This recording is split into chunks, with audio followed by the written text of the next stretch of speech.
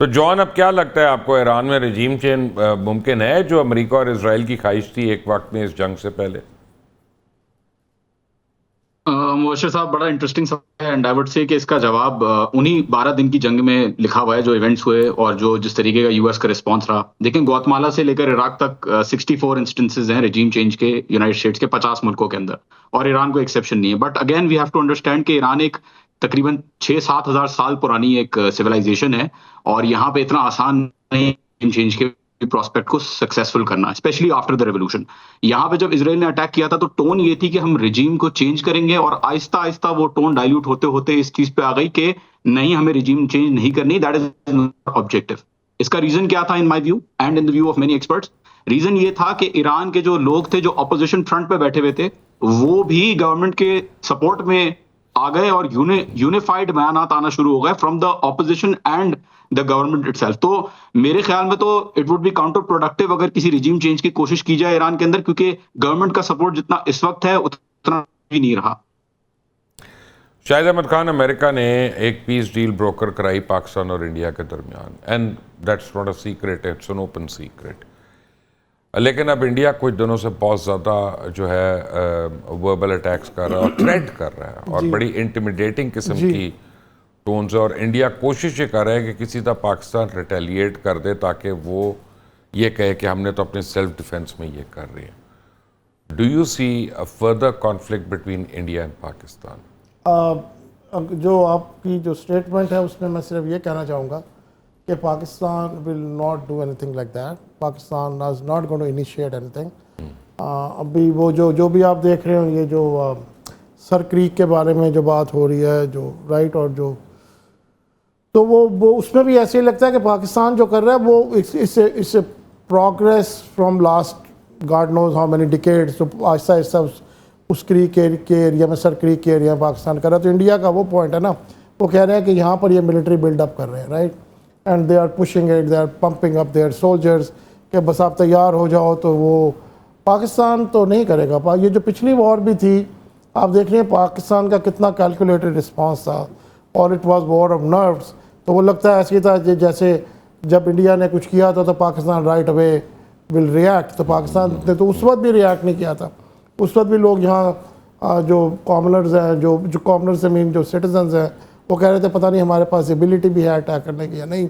But you سا کہ کتنی رسپانسبل طریقے سے پاکستان کی جو لیڈرشپ ہے. Actually with all due respect Shahid Ahmad Khan, آپ لوگوں کو پتہ ہی نہیں پھر چلا، پوری یو ایس اسٹیٹ ڈپارٹمنٹ کو نہیں سمجھ آئی وہ ایریا سے سر کریک کیوں نام لیا ہے. کیونکہ وہ پورا ایریا جو ہے وہ ہے جہاں پہ آئل ایکسپلوریشن ہونی ہے، جس کا ڈونلڈ ٹرمپ نے کہا تھا کہ پاکستان سے ہم آئل لے سکتے ہیں یہاں پہ.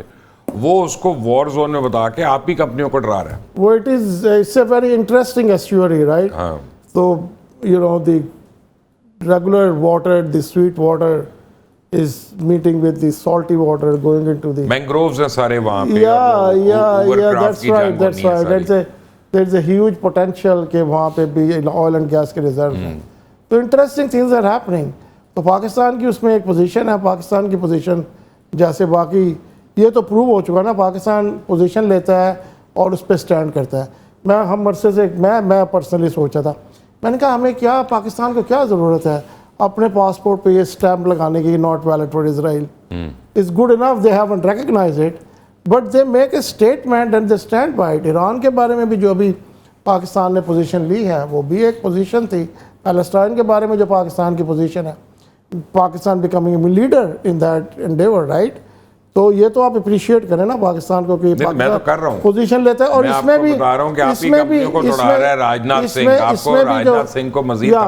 بھی جو پاکستان پوزیشن لے گا سر کریک پر، تو اب جیسے آپ نے کہا تو ایک اور ہمارے ساتھ پاکستان کے ساتھ ایک اور کنٹری بھی ساتھ ویسے ہی کھڑا ہو جائے گا، economic interest and in U S as well, right. تو ابھی مجھے لگ رہا ہے کہ انڈیا کی جو کچھ چیزیں ہو رہی ہیں جو ریسنٹلی ان کی کوئی سینس میں نہیں بنتی، اور لوگ سمجھتے کہتے ہیں یار یہ اتنی بڑی دنیا کی سب سے بڑی ڈیموکریسی، یہ جو ان کے لیڈرز ہیں، ان کا یہ تھاٹ پروسیس کیا ہے.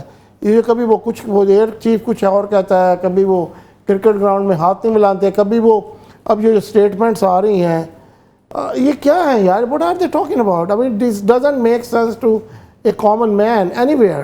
تو مجھے لگتا ہے اسی بیوقوف, I won't say that, but still اگر کوئی اسی قسم کی انہوں نے چیز پاکستان کے ساتھ بھی کر لی تو پھر وہ بھی اسی. شاہد احمد خان میرے ساتھ ہیں, انزا ثاقب میرے ساتھ ہیں. انزا, یہ مجھے بتائیں, آپ کو لگتا ہے انڈیا پاکستان کی جنگ پارٹ 2 ہونے والی ہے؟ جو بیانات آ رہے ہیں انڈین چیف کے, ایئر چیف کے اور انڈین ڈیفنس منسٹر کے اس کے بعد.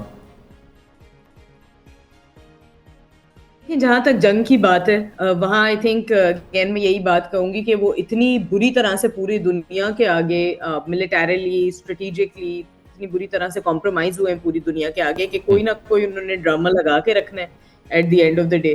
اور ٹو بی آنیسٹ ان کو یہ بھی پتہ چل گیا ہے کہ اب جو ہماری طرف سے بھی جو اسٹیٹمنٹس آئی ہیں اور بالکل وہ ٹھیک اسٹیٹمنٹس ہیں, because I think at the end of the day ہم کسی بھی قسم کی اب خلاف ورزی انٹرنیشنل ہیومینیٹیرین لا کی بھی برداشت نہیں کریں گے.